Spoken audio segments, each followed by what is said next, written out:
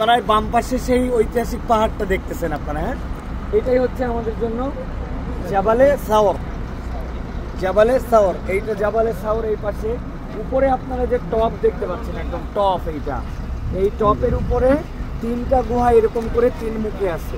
এইরকম একটা ঠিক এরকম গোড়াগুলি সব একদিকে, কিন্তু তিন দিকে এটা এসে মিল হয়েছে এরকম করে। ওইটার ভেতরে ঢোকার সময় মাথা নিচু করে ঢুকতে হবে, দাঁড়ানোর পরে আর বা ভিতরে দেখা যায় না, কিন্তু নিচে বসলেই সেই জায়গাটা কিন্তু দেখা যায়। এবং 5600 আপনারা গুগল করে নেবেন যে জাবালে সাওরের হাইট কতটুকু, তাহলে আপনারা পেয়ে যাবেন এই জায়গায়।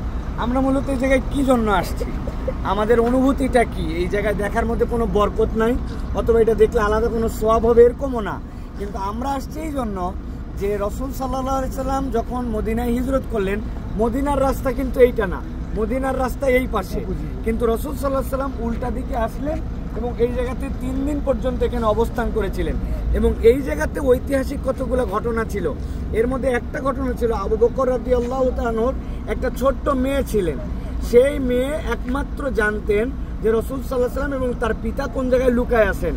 আবু জেহেল জানছে যে এই মেয়ের কাছে একটা বার্তা আছে, কেননা একজন উটের রাখাল এবং খাবার পৌঁছানোর জন্য এই মেয়েটাকে সেই নিউজটা আবু বকর রাদিয়াল্লাহু তাআলা দিয়ে গেছিলেন। তখন আবু বকর রাদিয়াল্লাহু তাআলা মেয়েকে আবু জেহেল চুল সহ ধরছে, ধরার পরে তাকে পাথরের সাথে কপালে বাড়ি দিছে, দেওয়ার পরে বলছে তুমি বলো যে তোমার বাবা আর মোহাম্মদ কোথায়।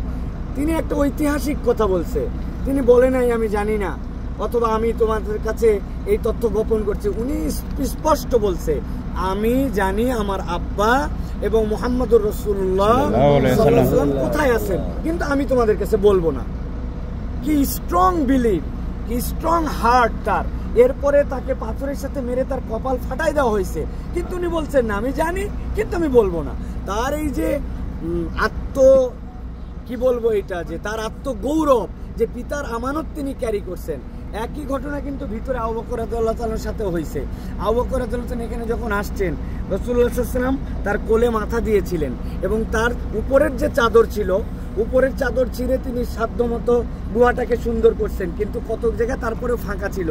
ওই জায়গার থেকে এসে সাপ তাকে দংশন করলো, তিনি ব্যথা সহ্য করতে পারেন নাই, কিন্তু তারপর রসুল সাল্লাল্লাহু আলাইহি ওয়াসাল্লামকে জাগান নাই। কোলের পড়তে ছিলেন, চোখের পানি যখন রসুল সাল্লাল্লাহু আলাইহি ওয়াসাল্লামের গায়ে পড়ছে, নবীজি জেগে উঠছেন যে তুমি কেন কাঁদতেছো। তখন রসুল সাল্লাল্লাহু আলাইহি ওয়াসাল্লামকে উনি বলছেন ইয়া রাসূলুল্লাহ, আমাকে এরকম সাপ কামড় দিছে, তো আমাকে বলো নাই। বলে আপনার কষ্ট হবে, জাগাবো আপনাকে, এই জন্য আমি আপনাকে বলি নাই। নবীজি মুখের থুতু নিয়ে এই জায়গায় লাগাই দিয়েছেন, আল্লাহ রাব্বুল আমিন তাকে ভালো করে দিয়েছেন। এবং এই জায়গা থেকে যে ইসলামের যে বার্তাটা আমাদের জন্য শিখায়, 3টা দিক নির্দেশনা আমরা এখানে পাথেয় হিসাবে নিয়ে যাব।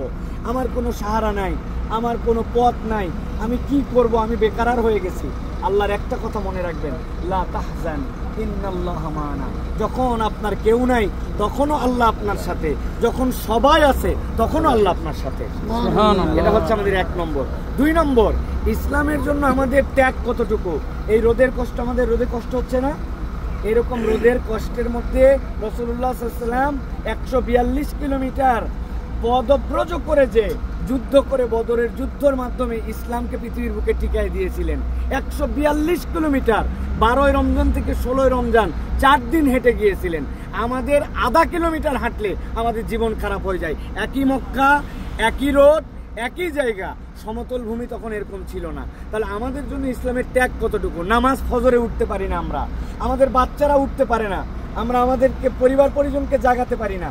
ইসলামের জন্য আমাদের ত্যাগ কতটুকু। আর 3 নম্বর দিক নির্দেশনা হচ্ছে যে এইগুলো জায়গাতে আসার পরে এই জায়গায় একটা ফয়েজ ও বরকত আমরা কোন সেন্সে নেই। এখান থেকে আসলে, পরিভ্রমণ করলে আলাদা সোয়াব হবে, এটা দেখার মধ্যে আলাদা কোনো আমাদের গুনাহ কাটাকাটি হবে, বিষয়টি এরকম নয়। আমার নবী এখানে আসছেন, আমরা তাকে মহব্বত করি, ওই মহব্বতে আমরা একটু দেখতে আসি, বাস এইটুকু। আমাদের অন্তরগুলো যেন আমাদের জাগ্রত হয় এবং আমরা যেন বুঝতে পারি যে এই জায়গাগুলোর দ্বারা আমাদের ফিলিংসের জায়গা কতটুকু।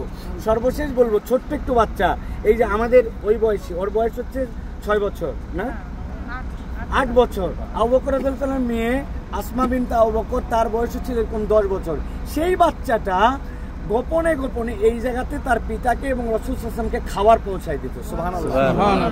আপনি কল্পনা করতে পারছেন যে ইসলামের জন্য তারা কিছু মহান ত্যাগ আমাদের জন্য করছে। সুতরাং আপনারা দেখেন এবং অনুভব করেন একটু হৃদয় থেকে। আমি বারবার বলি, এটা জাস্ট সাইড ভিউ, এটার দ্বারা আমাদের কোনো বেনিফিট নাই। কিন্তু একটু কল্পনা করেন, 1450 বছর পিছনে ব্যাক করে চলে যান, একটা মানুষকে 10টা গোত্রের লোক এসে হত্যা করে ফেলবে, ওই রকম জায়গায় সেই মানুষটা এখানে এসে আশ্রয় গ্রহণ করলেন, 3 দিন থাকার পরে গেলেন।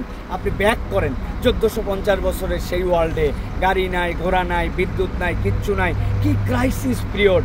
অথচ আমরা মক্কার ভিতরে কি নিরাপদ অবস্থান করতেছি, কত বরকতপূর্ণ আয়োজন আমাদের জন্য। এক গ্লাস পানি তখন ম্যানেজ করা কত টাফ, আর এখন আমার সামনে পিছে ডানে বামে জমজমার পানি দিয়ে মাখামাখি। অথচ এই জমিন ফুটা করে ভিতরে ঢুকে গেলেও আপনি পানি বের করতে পারবেন না।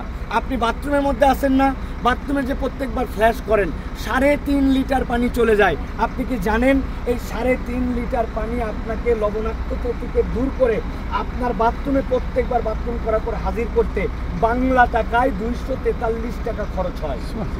কয় টাকা? 243 টাকা বাংলাদেশি টাকা।